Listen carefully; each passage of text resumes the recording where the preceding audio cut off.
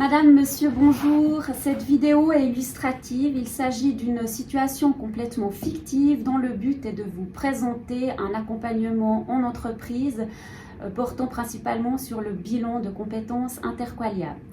Je suis en présence de Madame Godard qui dispose de riches compétences dans le domaine de la finance, notamment le management, et je la remercie chaleureusement d'accepter de tourner cette vidéo à mes côtés. Madame Godard travaille à la banque Raiffeisen Montaubert, que je remercie également d'accepter de m'accueillir dans leurs locaux. Bonjour Madame Godard, je vous remercie d'avoir fait appel à moi. Est-ce que vous pouvez m'expliquer la situation que vous vivez? Bonjour Madame Ovella. En effet, je me retrouve en situation managériale complexe, que j'ai essayé tant bien que mal depuis quelques mois de la gérer en autonomie et qu'aujourd'hui je pense avoir besoin d'un regard neuf sur cette situation. Pouvez-vous m'en dire davantage? En effet, donc je gère une équipe de 15 personnes sur 4 sites différents, dont des apprentis aussi en formation, ce qui m'a donné pas mal de charges de travail. Donc j'ai engagé une adjointe il y a à peu près une année, qui s'est très rapidement intégrée à l'équipe, qui est du domaine bancaire, et que tout se passait bien jusqu'à il y a quelques mois. De mon côté, tout se passait très bien. Elle m'a donné l'occasion de pouvoir être plus près de mes collègues, de mes collaborateurs, pouvoir les soutenir. Et m'a donné satisfaction sur son travail. Est-ce que vous pourriez m'expliquer en quoi consiste son cahier des charges? Donc Madame est responsable des indicateurs par rapport à l'équipe. Elle est aussi en charge de s'occuper de tout ce qui est événementiel et puis de pouvoir gérer les tournus dans les agences, les remplacements ainsi que le planning des apprentis. Merci pour ces compléments d'information. Pourriez-vous m'expliquer les raisons de ma présence aujourd'hui? En effet, donc, je suis une formation depuis à peu près une année où je suis absente 2 jours par semaine, ce qui m'a demandé de me réorganiser dans la gestion de mes tâches au travail, ce qui, ayant ma adjointe à mes côtés et qui s'est occupée pendant plusieurs années des apprentis, je lui ai transmis cette tâche de pouvoir assurer le suivi avec eux en mon absence. J'ai pensé à mon adjointe parce que pour moi c'était important de pouvoir la valoriser dans son travail et puis elle était totalement pour moi capable de réaliser cette tâche. Lors de mon échange avec elle, elle s'est montrée très motivée et totalement enchantée de faire cet accompagnement. C'est cependant en rentrant à la maison le soir, qu'en revenant sur mon entretien avec elle, que j'ai réalisé qu'il y avait quelque chose qui ne correspondait pas entre ce qui avait été discuté et le ressenti de son attitude par rapport à cette nouvelle responsabilité. Suite à ce ressenti, je suis retournée vers elle le lendemain pour expliquer un petit peu ma situation, mon point de vue. Elle s'est sentie tout à fait motivée et enjouée par cette nouvelle responsabilité, donc pour elle tout était en ordre. En vue de son excellent travail sur tout ce qui était gestion des événements et du marketing, je lui ai aussi confié la responsabilité de créer les scénarios pour nos vidéos sur les réseaux sociaux. Donc début novembre, après 2 semaines dans la communication, dans ses nouvelles responsabilités, je reçois un appel de sa part qui m'indique qu'elle est en arrêt maladie pour 1 semaine, puis pour finir ça s'est transformé en 2 semaines. Donc début décembre, à son retour, je prends un moment avec elle pour reprendre un petit peu ses différentes tâches et puis voir aussi ce qui s'est passé et pour quelles raisons elle était en arrêt maladie. Pour elle, elle ne voyait pas d'où venait le problème, elle adore ce qu'elle fait et du coup elle a recommencé comme si de rien n'était. Suite à cela, j'ai regardé avec elle si je pouvais prendre des tâches pour la décharger, pour pouvoir un petit peu voir quelles étaient les tâches qui pouvaient être plus facilement reprises par elle après son retour au travail. 10 jours plus tard, rebelote, elle retourne à l'assurance maladie. Donc là, elle m'informe qu'elle est en arrêt maladie jusqu'à la fin de l'année, mais que ce break lui permettrait de pouvoir reprendre des nouvelles forces pour revenir en bonne santé au travail en début d'année. Donc début janvier, je reçois un nouvel arrêt maladie pour plusieurs semaines et que là, du coup, j'ai essayé de me remettre en question, comprendre pourquoi ma collègue m'informe qu'elle a des angoisses liées comme à son travail. J'ai été sonder mon équipe, parce que c'est une équipe qui est très soudée, qui se voit en dehors du travail, qui font aussi pas mal d'activités ensemble. Évidemment, langue de bois, évidemment, ils sont très soudés, donc ils ne parlent pas trop avec la barre hiérarchique. Du coup, c'est comme ça que j'ai essayé de me remettre en question et savoir s'il n'y avait pas de problème vis-à-vis de elle et moi par rapport à cet arrêt maladie. Merci pour ces informations bien détaillées. La première idée qui me vient, ce serait de faire passer à votre collaboratrice un bilan de compétences Interqualia. Alors, ce bilan permet d'analyser le flow. Qu'est-ce que c'est le flow? Le flow, c'est un état émotionnel lorsque challenge et motivation sont réunis. Si vous réfléchissez certainement dans votre travail, il y a des activités qui vous font vibrer, peu importe la charge de travail, la fréquence, et puis le stress qu'il peut y avoir, vous y ressentez du plaisir et puis c'est une énergie renouvelable. Est-ce que vous voyez de quoi je parle? De quoi vous parlez? Je ressens souvent ça avec mon équipe quand je leur apporte mon soutien ou je cherche à pouvoir les épauler à ce niveau-là. En fait, lorsque nous sommes dans notre flow, ça génère chez nous une énergie renouvelable qui nous procure du plaisir, de la satisfaction. Chaque fois que nous reproduisons cette activité qui nous génère du plaisir, on a confiance en soi, on fait preuve de persévérance, on est intéressé par ce qu'on fait, on devient fiable, on a une excellente performance. Donc le bilan interqualia permet de faire une photographie de l'état émotionnel d'un collaborateur ou d'une collaboratrice à un instant T, c'est-à-dire que ça analyse 18 compétences non techniques. Durant sa vie professionnelle, un collaborateur ou une collaboratrice acquiert un certain nombre de compétences, donc du savoir-faire ou du savoir-être, qui lui permettent de répondre au cahier des charges de son poste. À côté de cela, l'individu développe d'autres compétences. On peut parler de compétences non techniques, c'est-à-dire que c'est des compétences qu'il acquiert de par son évolution, de par son expérience, de par son parcours de vie, des situations qu'il va vivre au quotidien. On pourrait définir ces compétences non techniques comme ses talents.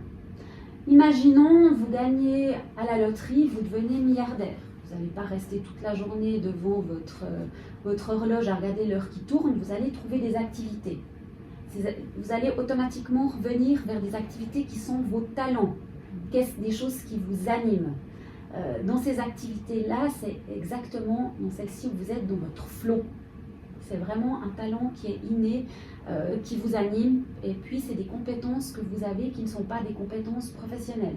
Si je prends votre exemple d'accompagner autrui, si vous deveniez millionnaire, vous chercheriez une activité, peut-être du mécénat, du bénévolat, qui pourrait nourrir ce besoin d'aider les autres. Donc si je comprends bien, derrière chaque activité, il y a une émotion.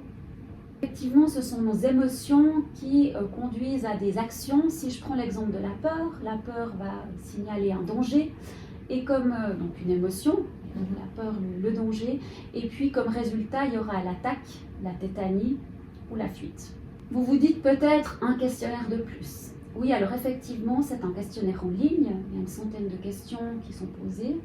Les questions sont adaptatives, c'est-à-dire que c'est le logiciel en fonction de la réponse, de la rapidité, du niveau de différenciation du curseur, le logiciel va déterminer la question suivante. Donc il n'y a pas deux questionnaires identiques. La théorie du flow, elle provient d'un psychologue de renommée dans la psychologie positive, M. Csikszentmihalyi, qui a fait toute une étude justement sur le flow au travail, la gestion des émotions, et puis il y a toute une étude scientifique qui a été menée par l'université de Sherbrooke au Canada sur 15 000 personnes. C'est un questionnaire qui n'est pas sorti d'un chapeau magique. Et puis d'ailleurs, l'Office SAI du canton de Vaud a récemment mandaté l'université de Lausanne pour faire également une analyse sur le rôle des émotions et puis surtout la prévention des maladies professionnelles. Les résultats de cette étude montrent que plus les gens sont dans leur flow et peuvent effectuer des tâches en lien avec leurs talents, moins ils ont de risques de subir des épuisements professionnels.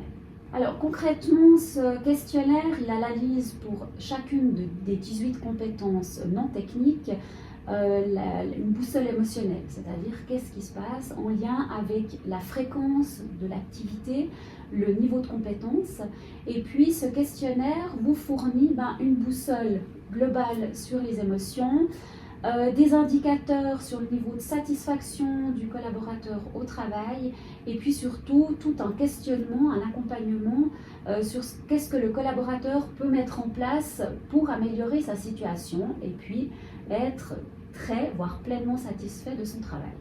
Alors ce que je vous propose maintenant, Madame Godard, c'est de vous présenter concrètement un bilan de compétences. Donc, comme vous le voyez, sur la première partie, il y a le niveau de satisfaction du collaborateur, c'est-à-dire qu'est-ce que sa tête, qu'est-ce qu'il pense de son niveau de satisfaction. En dessous, il y a la boussole émotionnelle, je vous la présente plutôt ici, qui peut faire ressortir différentes situations. Quand on est dans le vert, la personne elle est dans son flow, c'est-à-dire qu'elle fait des activités avec une fréquence qui sont parfaitement en lien avec ce qu'elle aime, avec ce qui l'anime. Maintenant, il y a certaines activités qui commencent à ennuyer le collaborateur. Donc là, on va partir dans l'ennui. Un collaborateur qui est que dans l'ennui, on va se retrouver avec du présentéisme, de l'absentéisme, des collaborateurs qui ont du bore-out. A contrario, on a des personnes qui peuvent avoir de l'indifférence dans leur travail. Ça, c'est typiquement des cadres, des hauts cadres dirigeants qui, du jour au lendemain, quittent une entreprise sans qu'on sache pourquoi. C'est simplement qu'ils ne sont plus en adéquation avec les valeurs de l'entreprise, avec la manière de manager, avec la politique de l'entreprise. Et puis là, c'est typiquement des personnes qui peuvent souffrir de burn-out. Et puis, quand on est dans l'anxiété, quand une tâche génère chez nous de l'anxiété, là, on a des risques de burn-out. J'attire votre attention sur le fait que le flow génère une énergie renouvelable. Chaque fois qu'on fait l'activité, ça se régénère. Par contre, l'indifférence, l'ennui ou l'anxiété, en fait, petit à petit, on consomme notre énergie vitale et il y a un moment donné où il n'y en a plus et c'est là qu'il y a un épuisement professionnel qui peut intervenir. Ensuite, dans la partie inférieure, alors là, il y a selon le logiciel, le niveau de satisfaction du collaborateur. Donc là, on voit qu'il y a une différence entre ce que la personne pense et ce qui ressort de ses réponses. Et puis là, on peut analyser 4 indicateurs, c'est-à-dire l'implication de la personne, les qualifications, l'utilisation des compétences, et puis est-ce que la personne exerce ou non une activité souhaitée. La page suivante, alors c'est vraiment le détail des 18 compétences qui ont été analysées. Et puis pour chaque compétence, il y a une boussole émotionnelle. Vous avez également la fréquence d'utilisation, de mise en pratique de cette tâche, de faible à élevé. Et puis également des indicateurs pour chaque compétence. La partie en noir, ce qui est en gras, principalement les 4 premières lignes, ce sont ce que je vous ai dit avant, les compétences clés, les talents de la personne. Donc, par exemple, cette personne ici, si elle devenait milliardaire, elle aurait toujours besoin de communiquer avec un grand nombre de personnes, d'aider autrui, de rechercher des idées nouvelles et originales, et puis de faire preuve de leadership. Maintenant, ce qui est intéressant de constater, c'est le curseur, où est-ce qu'il se trouve pour chaque fréquence. Et puis par exemple ici, on voit que cette personne, c'est son talent de communiquer avec un grand nombre de personnes, mais actuellement dans son activité, elle a une fréquence modérée et elle a le logiciel nous montre que cette personne, elle a les compétences pour en faire plus. Donc voilà par exemple un levier de motivation pour le bilan que je vous présente. Et puis si on part dans les activités qui génèrent du stress ou de l'anxiété, on voit que cette personne, par exemple, exercer son sens de l'esthétique, exprimer sa sensibilité, c'est quelque chose qui génère du stress, et puis, ou de l'inquiétude, on peut parler comme ça. Et puis pour cette personne, non seulement la fréquence est faible, mais l'inquiétude est élevée, et surtout la personne n'a pas suffisamment de compétences pour faire ce travail-là. Alors heureusement la fréquence est faible, mais là typiquement il y aurait une question à se poser, est-ce que c'est une activité qui est dans son cahier des charges ? Parce que si c'est une activité qui a une grande fréquence, cette personne va s'épuiser. Ensuite, vous avez les 100 questions qui sont posées. Et ce qui est intéressant, c'est la partie en bas, parce que l'ordinateur, il calcule le temps de réponse pour chaque question, la cohérence des réponses, et puis surtout la nuance. Quelqu'un qui ne choisirait que la médiane devra repasser son test. Donc il faut vraiment qu'il y ait des curseurs avec des intérêts marqués ou des aversions pour telle ou telle activité. Donc là, on en a 100. Et puis, la partie très intéressante pour moi en tant que coach, c'est de travailler sur cette dernière page avec le collaborateur. Parce que là, on travaille vraiment sur des questions en lien avec les facteurs de motivation et puis sur le niveau de satisfaction. Donc le plus bas, c'est très insatisfait, le plus élevé, c'est très satisfait. Et puis moi, mon rôle, c'est, dans un monde idéal, c'est que tout le monde serait dans le très satisfait. Maintenant, il y a des personnes pour qui la perfection n'existe pas. Donc pour ces personnes-là, le satisfaisant, c'est déjà parfait. Ça a aussi à nuancer, mais c'est de travailler sur ces facteurs-là et puis surtout les leviers dont dispose la personne pour augmenter son niveau de satisfaction. Bien évidemment, les solutions, elles ne sortent pas de moi, c'est toujours le collaborateur qui a les ressources en lui pour trouver des solutions. Donc vous pensez qu'un tel questionnaire pourrait m'aider à comprendre l'absentéisme de mon adjointe? Alors oui, effectivement, il se pourrait que votre adjointe ressente beaucoup d'anxiété à l'idée de rechercher des idées nouvelles, faire preuve d'originalité, si je prends l'exemple des scénarios qu'elle doit créer pour les réseaux sociaux. Il pourrait également en être de même pour l'utilisation des nouvelles technologies. Ça, c'est une chose que vous n'avez peut-être pas vérifiée avant. Également, dans l'accompagnement des jeunes, peut-être que cette dame a de l'anxiété dans le fait de faire preuve de leadership ou tout simplement de contrôler l'activité d'un collaborateur. De plus, grâce au bilan, elle pourra conscientiser ses talents et puis surtout mener toute une réflexion sur qu'est-ce qu'elle peut mettre en place, quelles sont les ressources qu'elle a, les solutions qu'elle pourra aussi vous proposer afin de se sentir mieux à sa place de travail. Donc comment se passe concrètement votre mandat? Alors ça se passe de la manière suivante. Dans un premier temps, vous lui parlez de la démarche que vous avez entreprise auprès de moi. Ensuite, vous me transmettez ses coordonnées. Moi, je contacte votre collaboratrice, je lui présente le bilan de compétences, je lui explique comment vont se dérouler les prochaines étapes, je lui envoie par mail les codes d'accès à la plateforme. Et puis ensuite, je la vois de manière individuelle, minimum pendant 1 heure, pour lui faire la restitution. Et puis là, il y a 2 possibilités. Soit la collaboratrice se sent suffisamment bien pour vous faire le transfert de ce qu'elle a compris de son bilan de compétences, de ce qu'elle a retenu, ou alors on peut aussi également prévoir que je viens moi faire la restitution. Donc je vous remercie pour votre présentation, ça me paraît très intéressant. Je pense que ça correspond totalement à ce dont j'ai besoin, donc je vais discuter avec ma hiérarchie, puis je reviendrai vers vous dans quelques jours pour apporter la réponse. Parfait, merci beaucoup. Merci. Et puis bravo à vous pour votre démarche. Merci.